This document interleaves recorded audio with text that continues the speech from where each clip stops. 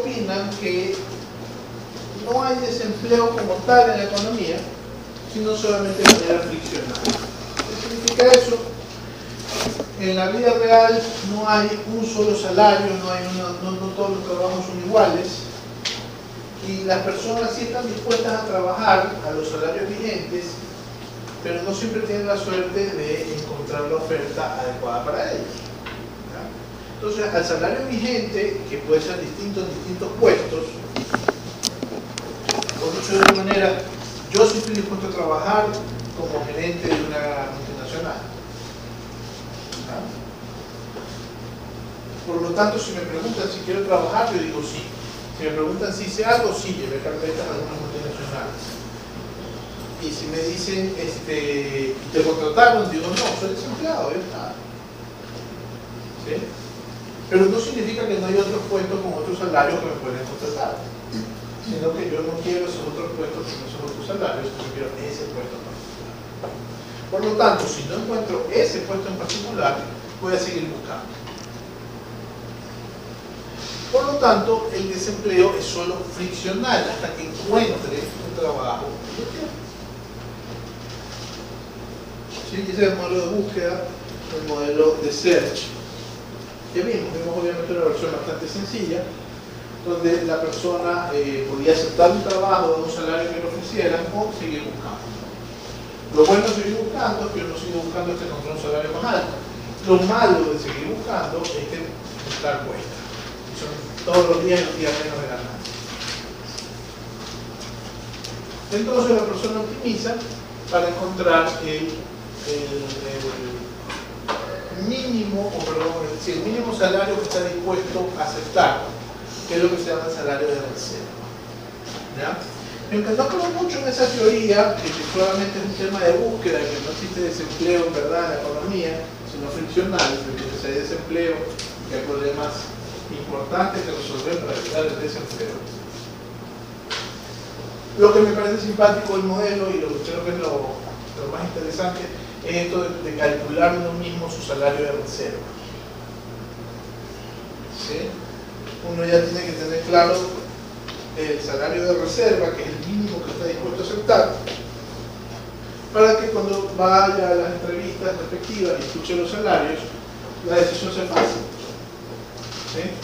La decisión sea fácil, no que uno recién, bueno, vamos a pensar, sino que ya automático, ya calculé el salario de reserva, yo ya sé cuál es el mínimo valor que debo tener la oferta para aceptar, y simplemente escucho la oferta. Si la oferta no llega al salario de reserva, no la tomo, y si llega al salario de reserva, sí la tomo. Eso me parece lo más interesante de esa teoría. Pero, repito, mi criterio personal al menos, el desempleo no creo que solo sea friccional. Creo que el desempleo es estructural. En nuestro país, sobre todo, tenemos como 60% de la población que no tiene empleo adecuado. ¿Sí? El subempleo es también como una especie de desempleo, porque generalmente las personas subempleadas igual están buscando otro trabajo mejor remunerado. ¿Sí? Simplemente algo hacen porque algo hay que hacer, de algo que vivir. Entonces, yo más creo en la idea de que hay un desempleo cultural, que hay que analizar las situaciones económicas que puedan explicar el desempleo, y tal vez incluso este modelo de salarios de eficiencia no es suficiente para eso, y hay que profundizar un poco más, pero por alguna razón, la economía no logra optimizar todos sus recursos, tiene un montón de gente dispuesta a trabajar, con ganas de trabajar, y no se le está dando el uso adecuado. Entonces algo pasa, debe ser analizado, debe ser estudiado, si se puede, debe ser correcto. ¿Alguna pregunta sobre el tema de empleo? ¿Cuál es la definición de subempleo? Subempleo. A ver, de hecho el término es subocupación, digamos el término que está en las encuestas del INEC, que el INEC reporta en las estadísticas. Hay dos tipos de subocupación. Por ejemplo, una subocupación, digamos mi caso, yo tengo un trabajo de 40 horas, gano más que el salario mínimo, ¿sí? estoy trabajando. Pero si se abre un cursito de maestría un fin de semana y puedo dar clases y andar un extra, yo acepto. Yo soy un subocupado porque todavía tengo más horas disponibles para trabajar. ¿Ya? Al salario vigente. Simplemente no tengo suficiente demanda de estas horas extras. Ese es un tipo de subocupación. Pero no es la subocupación que nos preocupa. ¿Ya? La más preocupante es el grupo de personas que trabajan menos de las 40 horas semanales, queriendo trabajar las 40, ¿no? No es lo mismo alguien que diga, sí, yo estudio, pero un día a la semana puedo hacer ayudo en algún trabajo eventual. No, sino queriendo trabajar las 40, trabajas menos de las 40. O, en su defecto, trabajas las 40, pero ganas menos de salario mínimo. Esos son los subocupados, digamos, que realmente nos preocupan. ¿Ya? Uno se llama subocupación visible y la otra se llama subocupación invisible, si no me equivoco. El visible es el que está ganando menos de salario mínimo o trabajando menos de las 40 horas, el súper obvio que está subocupado. Y el invisible es el que se está ganando más de salario mínimo, trabaja 40 horas, pero quiere trabajar más. Ese es el más difícil de identificar. Pero los dos son subocupados. Ahora, el que te digo que es el preocupante, ese es el grande, ese es que es como 50% de la población económicamente activa.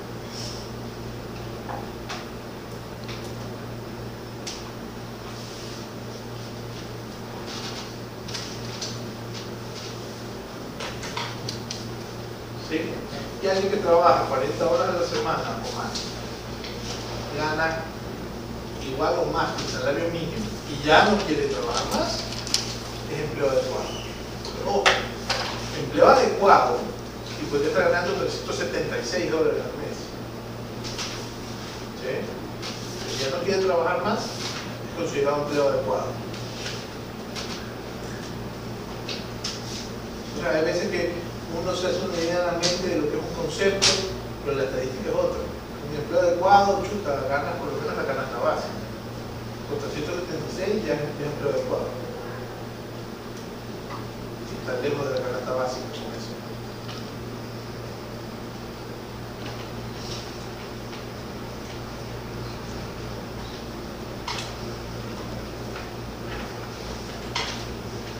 Y bueno, también había una polémica porque el INE cambió la forma en que se hacían las encuestas de empleo y desempleo.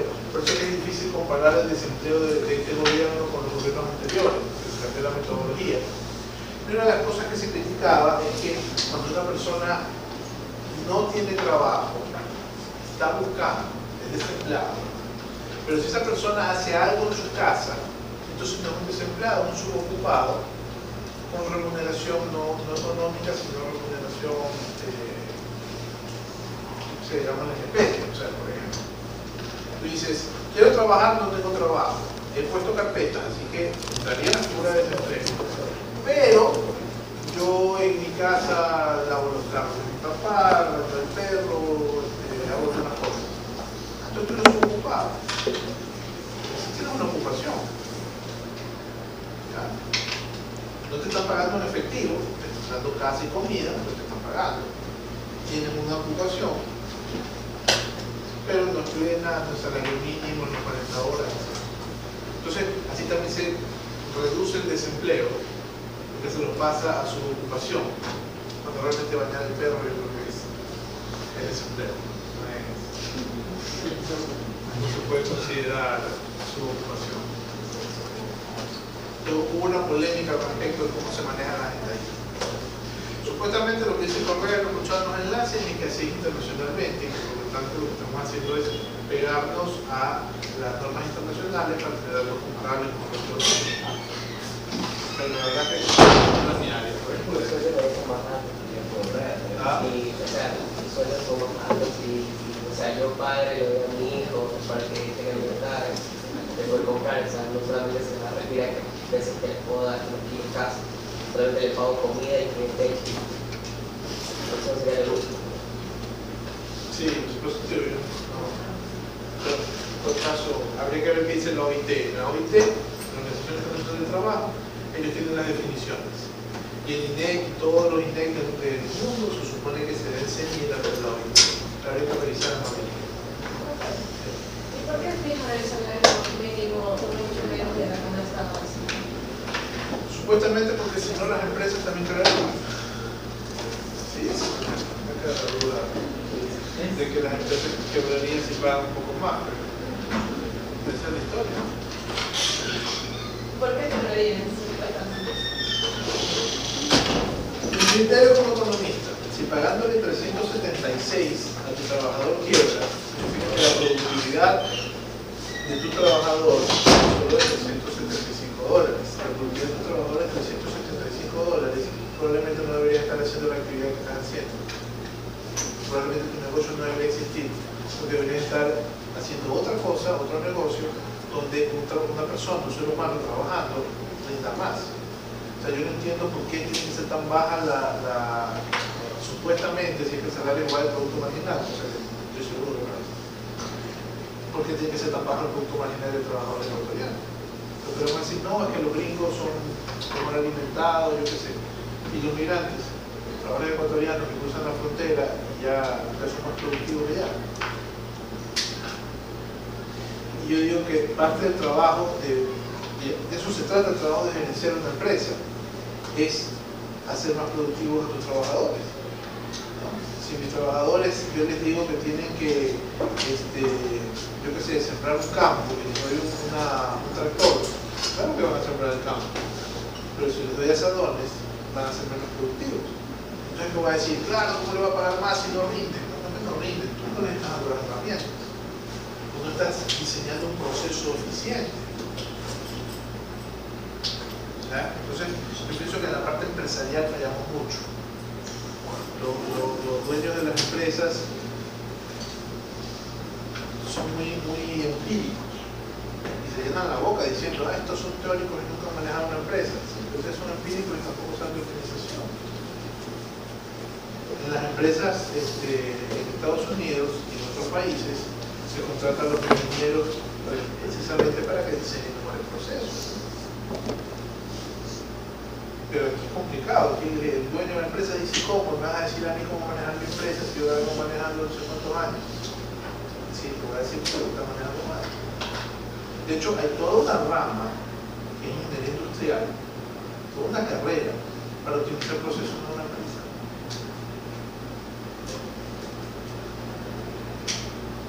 Yo me pregunto dónde están esos ingenieros industriales.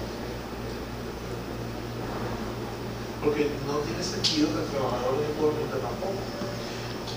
Por eso estoy convencido de que es un tema transmitido por el monopólico. Como vimos en algún modelito en la clase, si yo tengo por el monopólico, yo no gano en cantidad sino en precio. Entonces yo mismo restringo la producción, no quiero producir demasiado para no tumbar el precio.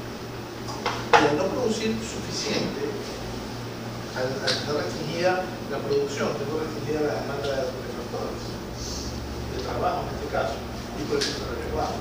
Una demanda, o sea, oferta-demanda, la demanda es muy chica. ¿Y por qué es chica la demanda? Porque no quiero producir demasiado, porque mi negocio no gana en precio, no gana en cantidad. Yo veo que la gran empresa en Estados Unidos, la gran corporación, sabe y entiende que el negocio es cantidad. Aquí en el empresario ecuatoriano, el negocio es precio. ¿Sí? Ahora, ¿por qué puede ser eso? También por un tema de financiamiento. En Ecuador, yo solito tengo que poner la empresa en mi bolsillo, no puedo poner $1 a nadie porque me roban la empresa. En Estados Unidos, los iPods que se llaman, van a la bolsa y el dueño que la fundó se queda con 25-30% de las acciones. Entonces, claro, si hay más financiamiento, la empresa puede crecer y puede ganar volumen. Pero si yo tengo que ser el único dueño para garantizar que el mío sea el próximo gerente, entonces es obvio que se queda pequeña la empresa y va a rendir como trabajador. Entonces, ¿hasta qué punto una estructura empresarial antigua y caduca y en gran medida culpa de un mal sistema de resolución de conflictos que tiene el país? Los juicios demoran demasiado en este país y generalmente mucha gente se queja de que termina siendo totalmente injusto las sentencias. Entonces tú prefieres no tener socios, porque un juicio puede perder el valor. En un país donde las instituciones funcionan mejor, los conflictos se resuelven rápido y de manera justa, más o menos justa, la gente se une y tiene empresas más grandes. De hecho, si se dan cuenta, ¿de qué se trata la empresa? ¿De qué se trata? ¿Qué estudiamos en economía, si se dan cuenta? Es cómo la sociedad es capaz de poner a muchísimas personas con objetivos distintos, trabajando juntos y obteniendo resultados mejores. De eso se trata. Si cada uno quiere poner su empresa por separado y nadie quiere trabajar junto con nadie, no llegamos a ningún lado. Por eso ahora está de moda el emprendimiento. ¿Ya? Chévere, no estoy en contra del emprendimiento. Pero todo el mundo tiene en su mente, no, que yo quiero ser el emprendedor y poner mi propio negocio. Pero ustedes van a hacer negocios de un solo trabajador, que es el mismo dueño, porque si todos quieren ser el dueño de la empresa, nadie quiere trabajar en otra empresa, siempre serán empresas chicas. Y si son importantes los emprendimientos, no digo que no, pero una cosa que yo creo que el país necesita es empresas grandes. Empresas grandes de verdad, más de 1.000 millones. Contadas por los dedos de la mano de las empresas que tienen más de 1.000 millones de activos.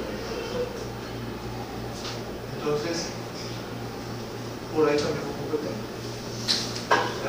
Los países grandes que son desarrollados tienen empresas súper grandes que pueden hacer exportaciones considerables, que tienen capital para eso. Entonces ahí hay una diferencia. A mí me encantan estos programas que dan en Discovery Channel, History Channel, cuando enseñan las fábricas por dentro, las fábricas de Estados Unidos. Ninguna empresa aquí se compara con esa en cuanto al proceso, al volumen de producción que manejan, etc. Con las empresas que tenemos aquí, que son pequeñas, nuestra economía es demasiado pequeña. Ahora les va a decir que somos un país chico, no podemos tener empresas grandes.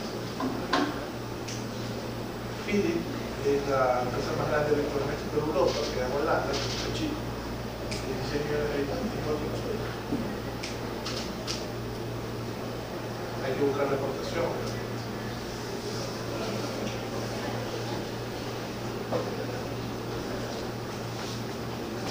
¿Alguna pregunta? Bien, el último tema que vimos fue la economía abierta, donde básicamente abrimos la economía, ya el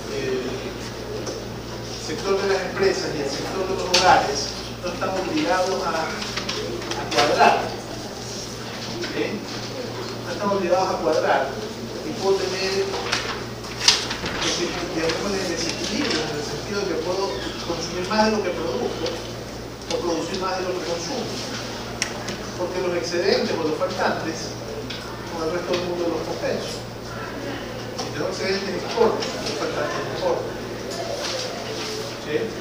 Ya analizamos el caso de la economía pequeña abierta, que es un caso muy interesante para Ecuador, donde ciertos precios internacionales son exógenos completamente. La tasa de interés es exógena y los términos de intercambio son exógenos.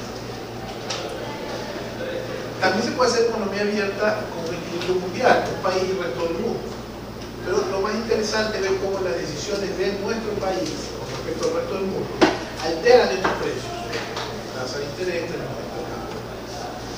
Pero en el caso de economías como la ecuatoriana, el supuesto de que la economía pequeña abierta funciona mejor, porque realmente nosotros no teníamos la capacidad de afectar los términos de intercambio de las tasas de interés. El componente más importante de los términos de intercambio de Ecuador es el precio del petróleo. Recuerden que los términos de intercambio es precio de exportaciones sobre precio de importaciones. Y la exportación principal del Ecuador es el petróleo. Pero aunque es la principal del Ecuador, Ecuador no es principal en el mercado petrolero mundial, es pequeñito en el mercado petrolero mundial. Entonces Ecuador no puede incidir en el precio internacional del petróleo, por lo tanto, por supuesto, de economía pequeña abierta, donde como exógeno, los términos de intercambio funcionan. Y trabajamos con ese modelo. ¿Qué vimos interesante en ese modelo? bueno, el efecto de tener un shock en términos de intercambio, que de hecho es muy parecido a un shock de productividad. Como les decía, si yo consumo manzanas, a mí me importa es las manzanas. Pero si yo saco petróleo, ¿verdad? Si yo me esfuerzo, en una hora de trabajo saco un barril de petróleo, y ese barril de petróleo me da 100 manzanas, lo importante para mí es que en una hora de trabajo saque 100 manzanas. Como que esa es mi productividad, porque mi productividad en manzanas, aunque mi verdadera productividad es en el barril de petróleo. Entonces, si yo me vuelvo productivo y en una hora, en vez de un barril, saco 2 barriles, en vez de 100 manzanas, voy a sacar 200 manzanas. Ahí yo voy a ver reflejado mi incremento de productividad en manzanas. Pero es exactamente lo mismo. Si yo en mi hora de trabajo sigo sacando el mismo barril de petróleo, no 2, pero el barril de petróleo sube de 100 a 200 manzanas. Es exactamente lo mismo. Por lo tanto, desde el punto de vista de nosotros, de la economía pequeña y abierta, aumentar la productividad o que mejoren los términos de intercambio es lo mismo. Es decir, el Ecuador más o menos produce 500.000 barriles de petróleo diarios. Subirlos de 500.000 a 1 millón, o que el barril de petróleo pase de 50 a 100 dólares para no superar lo mismo. Entonces, si entendemos el shock en términos de intercambio, es lo mismo que la productividad. No hay diferencia, es lo mismo. Sino que en el caso de la economía ecuatoriana no se ve, al menos históricamente, cambios de productividad importantes, pero sí se han visto cambios importantes en los términos de intercambio. Por el precio del petróleo. Entonces, nos preguntamos cuál es el efecto de un shock positivo, un mejoramiento de los términos del intercambio, y veíamos que un mejoramiento de los términos de intercambio nos permitía acumular más activos externos, ¿sí? Nos daba un periodo de exportación, porque los términos de intercambio son favorables, y que luego, en la medida que los términos de intercambio vuelven a la situación original, el hecho de que ahora tengo más activos externos acumulados me permite posteriormente importar más. Entonces logro mantener un consumo más alto, porque es un efecto de riqueza, pero aprovecho el mercado internacional de activos financieros para que no sea solo hoy el efecto de riqueza, es decir, no solo consumir más hoy, sino de una vez por consumir más, gracias a esta acumulación de activos externos, producto de la mejora de los términos de intercambio. Bien, eso dice el modelo. Entonces deberíamos ver eso reflejado en la economía ecuatoriana en estos años de mejora de los términos de intercambio. Pero lamentablemente no encontramos eso. ¿Sí? Encontramos que apenas se deterioran los términos de intercambio, las importaciones empiezan a complicarse. ¿Sí? Empiezan a complicarse. Y de hecho, no aumentamos en activos externos netos en esta época de estos 10 años de boom del petróleo y de, por lo tanto, mejora de términos de intercambio. Sino que de hecho acumulamos pasivos externos netos, no hemos aumentado la deuda del país. Nos hemos comportado diferente de lo que dice la teoría. ¿Ya? Tenemos que entender por qué. Pero es importante darnos cuenta que era lo óptimo según la teoría. Posteriormente incluimos el modelo, el sector no transable de la economía, y el sector no transable de la economía es el que nos permite tener diferencias en el costo de vida entre distintos países. Eso no ocurre cuando todos los bienes son transables, porque si todos los bienes son transables, se supone que deberíamos tener más o menos los mismos precios. Pero el componente de bienes no transables no permite que el país se encarezca o se vuelva más barato.